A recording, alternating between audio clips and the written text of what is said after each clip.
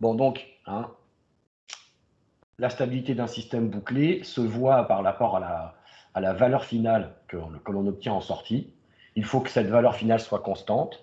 Et donc, lorsque l'on met en entrée du système sur la consigne un échelon, on peut imaginer différents cas de figure sur le comportement de cette sortie. Alors, à votre avis, suggérez-moi quelques cas de figure. Bah, par exemple, ça oscille, la situation elle diminue et ça arrive vers une constante. Alors, ça pour... Alors, la première que j'ai prévue, c'est presque celle-là, pas tout à fait. C'est carrément, on arrive à une constante, puis ça oscille même pas. Hein? C'est logique. Du type d'un premier ordre passe-bas. Hein? Voilà. Le deuxième cas de figure, c'est ce que tu viens de me dire. Bah, ça pourrait aussi atteindre une valeur constante, mais en oscillant avant d'arrêter d'osciller. Ce qu'on appelle des oscillations amorties. Qu'est-ce qu'on pourrait avoir comme autre cas? Attention, je ne vous demande pas forcément des cas où c'est stable. Là, évidemment, on comprend bien que ces deux cas de figure répondent à la définition. On finit par atteindre une valeur finale constante. Hein, on converge vers une valeur finale constante. Ici, dans ces deux cas, évidemment, on peut considérer qu'on est stable. Ici comme ici. D'accord? Et pour dire qu'on est instable, qu'est-ce qu'on pourrait avoir comme cas de figure? Bah, ça monte sans jamais cesser. Exactement. Une divergence. La sortie est toujours plus grande à elle-même au fur et à mesure que le temps passe. C'est ce qu'on avait regardé, par exemple, quand on fait un retour positif. À chaque fois, la sortie est plus grande. Ça diverge vers l'infini. Et puis, bon, souvent, on finit par saturer, d'ailleurs. Hein. Pas tout le temps. Hein. S'il n'y a rien qui fait saturer le système, bah, ça part à l'infini, ça explose. Si on a quelque chose comme un AOP qui a une limitation de fonctionnement par l'alimentation, par exemple, ça peut saturer. Mais évidemment, cette saturation n'est pas considérée comme une convergence, n'est pas considérée comme une stabilité. Hein. Donc voilà. Et l'autre cas qu'on pourrait avoir, Bah, ça oscille de plus en plus et ça part en vrille. eh ben exactement. On a le système qui se met à osciller de plus en plus. Donc au lieu d'avoir des oscillations convergentes amorties, on a des oscillations non amorties, divergentes. Et puis, bah, ça peut partir à l'infini ou arrêter d'augmenter à un moment parce qu'on a une limitation aussi dans le système. Mais ça n'arrête pas de bouger, ça n'arrête pas d'osciller. Évidemment, ce cas-là, dans ces deux cas-là, on est instable. Ça répond bien à la définition que on ne finit pas sur une valeur constante. Fini. On ne converge pas vers une valeur constante finie. Un truc que vous avez déjà étudié dans une autre matière. L'oscillateur? Voilà, un oscillateur, évidemment. Un système instable qui se met à osciller en augmentant et puis à se stabilisant à une amplitude constante, qui est souvent une amplitude limitée par l'alimentation du montage, par les alimentations du montage. Donc ça, c'est le cas de l'oscillateur. C'est comme vous avez commencé à le comprendre, l'oscillateur, c'est faire un système bouclé, mais faire un système bouclé volontairement instable, avec une condition particulière d'instabilité pour que on ait une sinusoïde quasiment pure en sortie. Bon, nous, on n'en veut pas. Hein. On comprend bien que nous, on veut plutôt des cas comme ça en asservissement. Donc ça, c'est la définition pure. Ça, c'est bien joli. Maintenant, il va savoir quand est-ce qu'on aura tel ou tel cas de figure. Et puis aussi, d'ailleurs, se poser la question de qu'est-ce qu'il faut comme condition pour qu'on soit plutôt dans le cas stable, évidemment. Donc, quelle est la condition de stabilité qu'on va devoir respecter pour être sûr que le système soit stable? Alors, on en a déjà parlé dans le cours précédent, de manière intuitive, avec les mains, comme on pourrait dire. Alors, qu'est-ce qu'on avait vu? Bah, il y avait le raisonnement qu'on avait fait avec les mains, donc, où on avait dit, bah, s'il y a un déphasage de moins 180 degrés dans la FTBO, si à l'intérieur de la boucle, donc ce qui est à l'intérieur de la boucle, je vous rappelle, c'est ce qu'on appelle la FTBO. S'il y a un déphasage de moins 180 degrés, à ce moment-là, le retour n'est plus négatif, mais ça devient un retour positif. Et que le retour positif, eh bien, peut conduire assez facilement à l'instabilité. C'est ce qu'on avait vu. À condition que,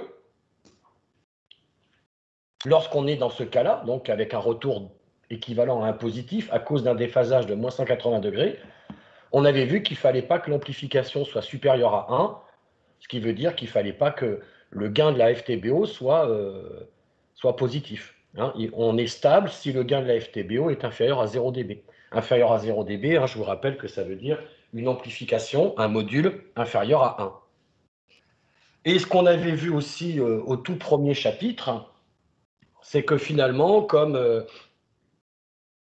je peux vous le rappeler, la boucle fermée H, c'est D sur 1 plus DR, DR étant égal à T, la FTBO, eh bien, on avait vu qu'il ne fallait pas que la FTBO soit égale à la valeur moins 1, sinon la FTBF n'est pas définie. Donc, qu'est-ce qu'il apparaît de manière évidente? Qu'il y a un problème avec la valeur numérique de moins 1. Et qu'on voit bien que c'est ce qui arrive au niveau de la boucle fermée, du système bouclé, on voit que c'est par rapport à comment se comporte la FTBO. Il ne faut pas que la FTBO soit égale à moins 1, il ne faut pas que la FTBO elle ait un gain positif pour un déphasage de moins 180 degrés, d'accord? Donc ça, c'est un des trucs auxquels il va falloir bien vous familiariser.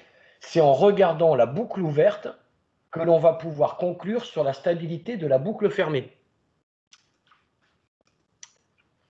Et que donc, nous avons cette valeur particulière de moins 1 qui est problématique, et on va donc à ce moment-là pouvoir définir ce qu'on appelle le point critique.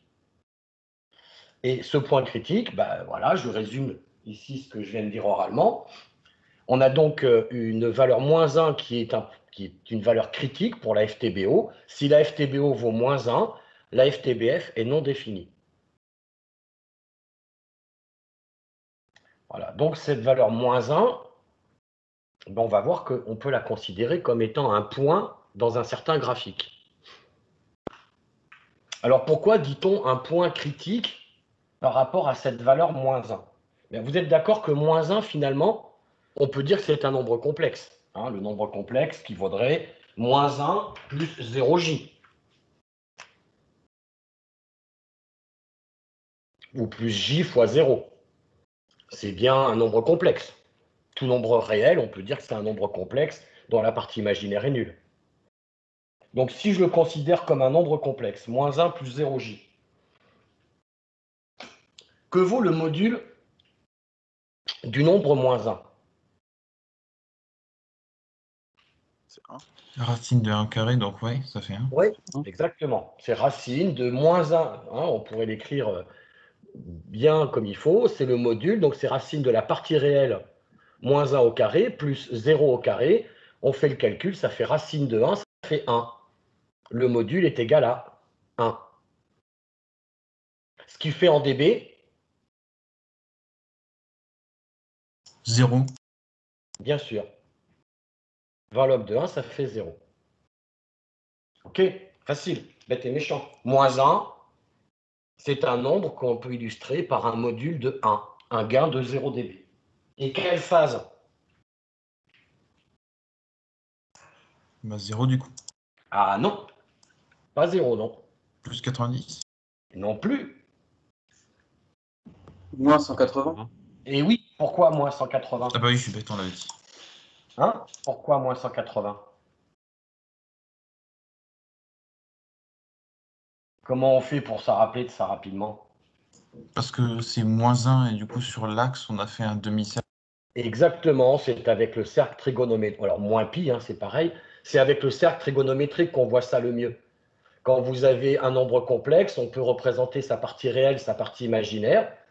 Un nombre réel positif, il est ici. Un nombre réel négatif, il est là. Et à partir de l'axe des réels, de combien est-ce qu'il faut faire une rotation pour arriver ici? En partant de 0 degré ici, il faut faire un demi-tour. Oui. Donc, moins 180 degrés.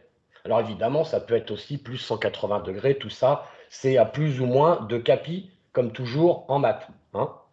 Donc vous voyez que finalement, la valeur critique de moins 1, eh bien, on retrouve le côté que ça correspond à un déphasage de 180 degrés pour la FTBO, bien sûr, on parle toujours de la FTBO, et à un gain de 0 dB, c'est-à-dire que ça rejoint les deux raisonnements qu'on a vus tout à l'heure, se retrouvent ici, avec ce point critique.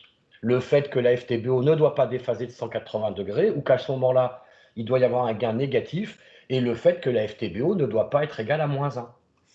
Eh bien, comme ici, nous avons vu que finalement, la valeur moins 1 peut se voir comme quelque chose qui a une coordonnée de 1 en amplification, c'est-à-dire 0 en dB, et moins 180 en déphasage, la valeur moins 1, on peut donc dire que c'est effectivement un point, mais pas dans tous les diagrammes, parce que dans BOD, ça ne sera pas un point, mais dans le diagramme de Black, ça va bien être un point. Quel point? Donc, évidemment, vous avez travaillé votre diagramme de Black, où on représente le gain en fonction de la phase. Eh bien, si je sépare mon axe en plusieurs segments, où là, j'aurai moins 90 degrés, et là, j'aurai moins 180 degrés, où est-ce qu'on est pour avoir le point moins 1, la valeur moins 1? 0 dB, donc on est là, et moins 180 degrés, donc on est ici. Et à côté de ce, on peut faire un point sur l'axe de la phase à moins 180 degrés 0 dB, et à côté, on peut marquer C, pour dire que ça, c'est le point critique, ou bien on peut marquer moins 1, pour dire que ça, c'est le point critique. Donc, dans notre diagramme de Black, ce point, cet endroit-là, va être central, pour savoir si on va avoir un problème de stabilité, puisque il y a un problème quand la FTBO va valoir cette valeur numérique moins 1, il y aura un problème sur la stabilité du système, sur l'existence même de la boucle fermée, et évidemment sur sa stabilité après coup. On va pouvoir écrire ce qu'on va appeler la règle de stabilité. Qu'est-ce qu'il faut pour qu'un système soit stable? Qu'est-ce qu'il va falloir comme condition pour qu'un système bouclé soit stable? On peut représenter un diagramme de Black, le gain en fonction de la phase, hop, ici le point critique, d'accord? Eh bien, soit j'ai une fonction de transfert en boucle ouverte, le bleu, vous ne le voyez pas des masses.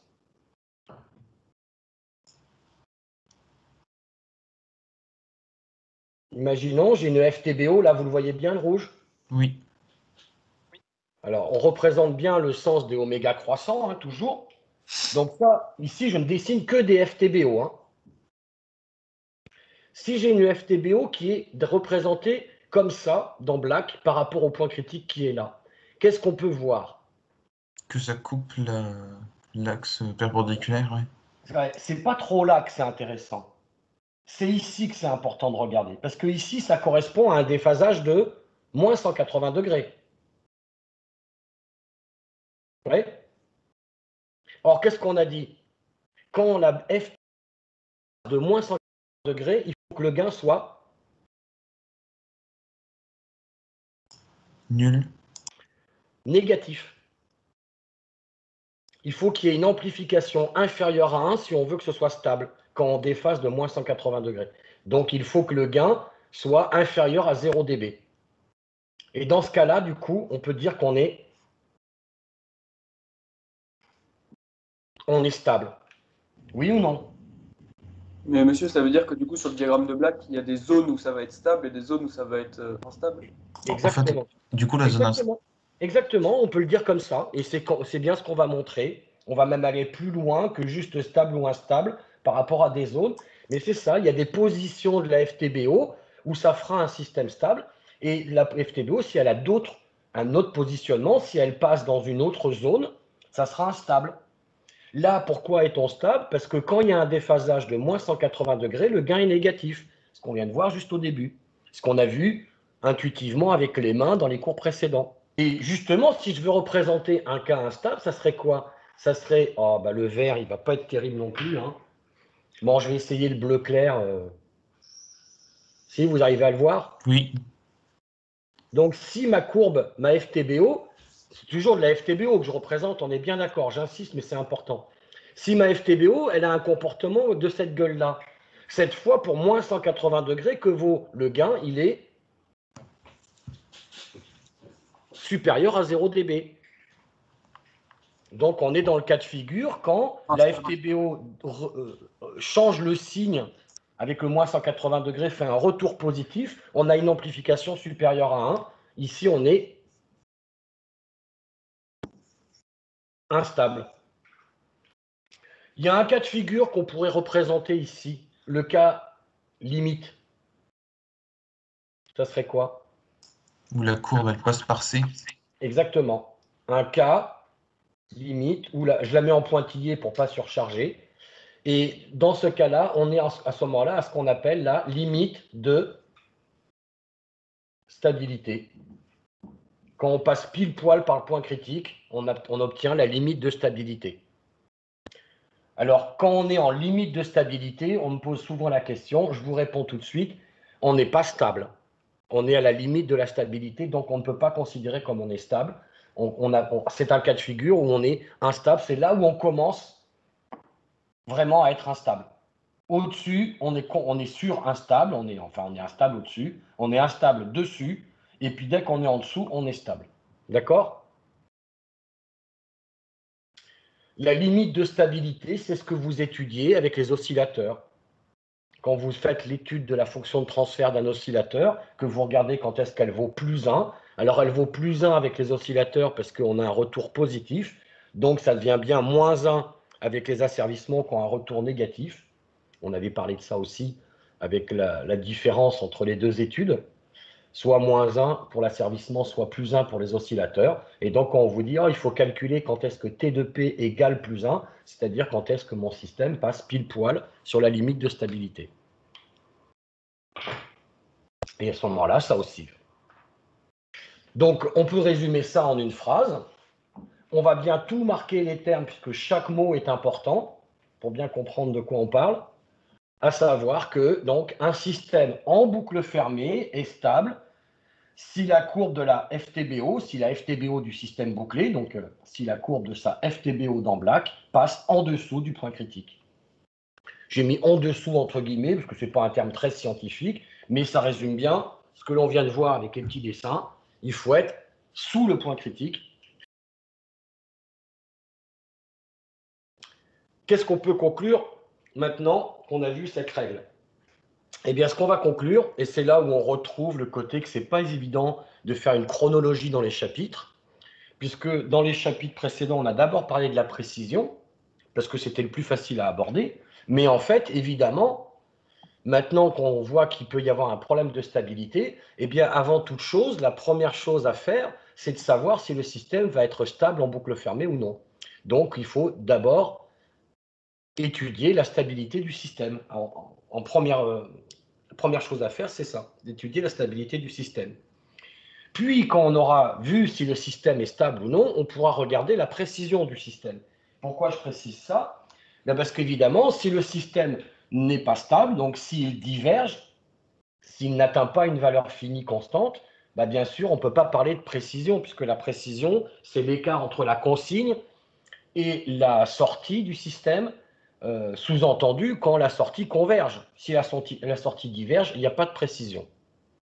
Donc, on étudie d'abord la stabilité, ensuite, on peut regarder la précision du système, et enfin, le dernier point, celui qu'on va aborder maintenant, c'est qu'il sera, on va évidemment pouvoir se poser une question supplémentaire, une fois qu'on sait qu'il est stable et plus ou moins précis, c'est l'étude de ce qu'on va appeler la qualité de stabilité.